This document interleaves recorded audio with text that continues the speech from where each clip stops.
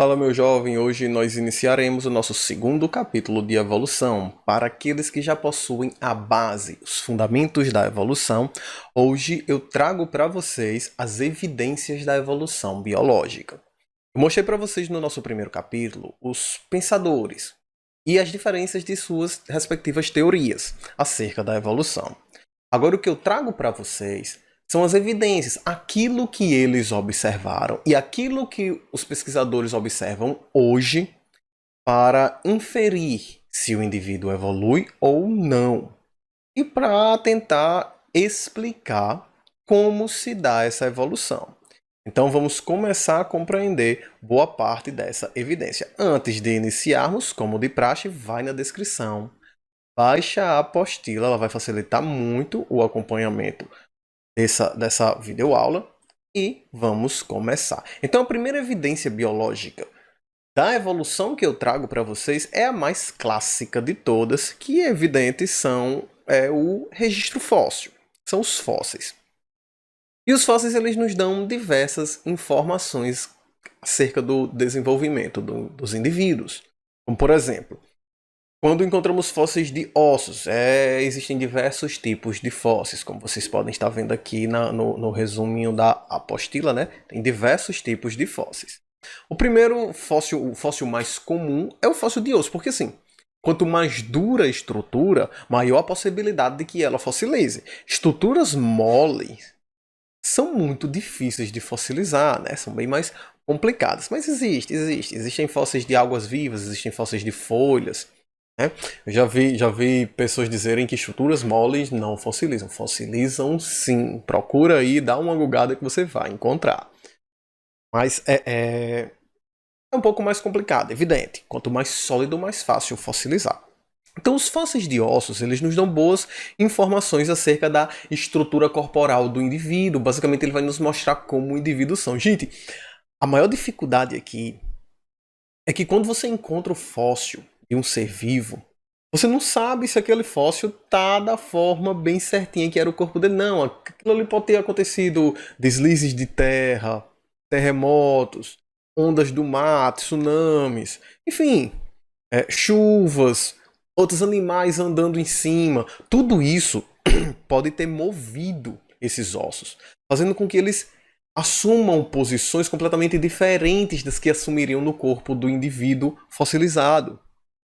Logo, montar fósseis é uma das coisas mais difíceis que tem, por isso não estranhem quando você descobrir que aquele dinossauro legal que você olhava nos filmes, de repente mudou e ele não é mais daquele jeito, agora aquele dinossauro tem uma forma, uma estrutura completamente diferente. O que pensava que era um espinho nas costas, na verdade era uma pata que ele tinha, ou era uma cauda.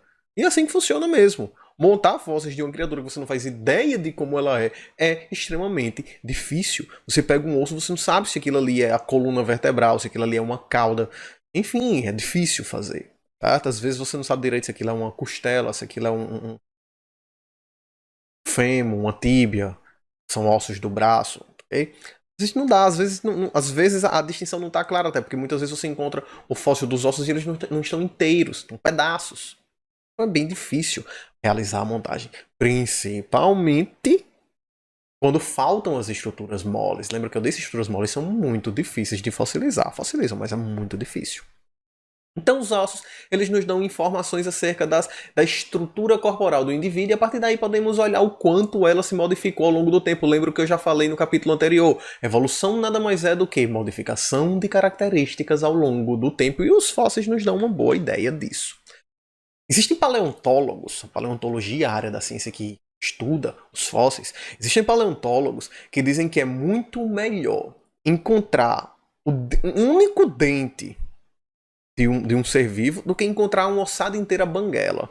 Agora, vamos entender por que eles dizem isso. Imagina que você está aí passeando de carro, de boa, o carro explode, você fica só o milho a pipoca, não dá mais para identificar quem é ninguém que está ali dentro daquele carro, todo mundo só a bagaceira. O que é que a gente faz para identificar quem é quem no jogo do bicho? No meio dos carvão dentro do carro? O exame, o teste da arcada dentária. Então, pelos dentes é possível identificar o indivíduo, da mesma forma, pelos dentes é possível identificar o animal fossilizado naquele local. E essa informação, gente, ela é muito relevante, ela é muito importante, porque cada animal encontrado numa determinada região nos dá a ideia do ecossistema que atuava naquela região há milhares, milhões de anos atrás. Quando você encontra um T-Rex, nós já temos uma ideia do que o T-Rex comia. Então, se você encontra, por exemplo, um T-Rex na cidade, no estado da Bahia, se encontrou um T-Rex ali, muito provavelmente aquilo que ele comia também estava naquela região. Então isso já vai nos dando ideias de como era o ecossistema daquele local. E aí nós vamos começando a preencher lacunas das eras geológicas que nós ainda não compreendemos. Então daí a importância de identificar corretamente cada ser vivo e onde eles se encontram. Além do mais, a arcada dentária ela nos dá informação sobre o que o indivíduo come. Se você tem um indivíduo que tem a boca, os dentes dele são todos iguais, são só presas, ele é um predador. Certo? Então ele come carne, ele come outros animais, ou ele pode ser um insetívoro se for pequenininho. Enfim, ele é um predador. Mas se você tem dentição molar, aquela dentada especializada em triturar, muito provavelmente é um herbívoro, come folhas, vai precisar daquela dentição para triturar bem as folhas. Então veja que o tipo de dente encontrado nos indivíduos nos dão muitas informações, não só da identificação do indivíduo propriamente dito, como daquilo que ele se alimentava. Outro fóssil interessante são fósseis de pegadas. Vale, professor, pegada é um fóssil? É mais ou menos isso. O indivíduo passou andando ali na beira de um vulcão, o vulcão entrou em erupção, a lava derretida cobriu as pegadas, os sulcos, os buraquinhos que a pegada dele deixou, a lava cobriu isso, e aí fica a impressão da pegada do indivíduo na lava. Aí você pensa, mas professor, pra que diabos eu vou querer fóssil de uma pegada? Muito simples. Quando você vê a pegada do ser vivo, você tem uma ótima ideia de como ele andava. Então a pegada nos dá muitas informações se o indivíduo era bípede, se ele era quadrúpede. Você vê um T-Rex com aquela mãozinha minúscula, você pensa, não tem cabimento ele usar essas mãozinhas para andar. Então, se você encontrou a pegada de um T-Rex, não vai ter marca de mãozinha por perto, você já sabe, aquelas mãozinhas não serviam para andar. Então é isso. As pegadas nos dão uma ótima ideia de como o indivíduo se locomovia.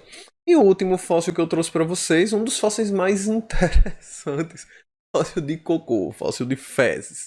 O cara passar anos para se graduar em paleontologia para ir cavucar merda. Mas enfim, os fósseis de fezes, eles nos dão muita... Esses são um dos mais ricos. Porque você encontra... Primeiro você tem uma ideia de como era o sistema digestório desse indivíduo. Certo? De acordo com o que você encontrou no bolo fecal, você vai ter uma ideia de que estruturas eram necessárias para realizar a digestão daquele alimento. Por exemplo, você encontra um indivíduo que comia muito, você pega lá e tem muitas folhas, muita celulose. Então ele vai precisar de um apêndice muito bem desenvolvido para garantir a digestão daquela celulose. E aí você pode, a partir também do que você encontrou, do tipo de alimento, do tipo de restos fossilizados nas fezes, fazer anatomia animal comparada e comparar com as fezes dos animais de outros, você tem uma ótima ideia de como era o sistema digestório dele. Okay? Então veja que isso aqui, além de nos mostrar com precisão o que ele comia, porque vai estar nas fezes o que ele comeu, ainda dá uma ideia da fisiologia e da anatomia interna do indivíduo. Então, são fósseis que nos dão uma belíssima quantidade de informação. E aí fica o questionamento, professor, beleza, eu entendi que cada fóssil nos dá informações acerca de como os indivíduos eram, mas por que fósseis são considerados evidências da evolução? Simplesmente porque mostram como os indivíduos se modificaram ao longo do tempo. É isso que eles mostram. Certo? Se tem modificação ao longo do tempo, tem evolução. Isso que é evolução. Certo?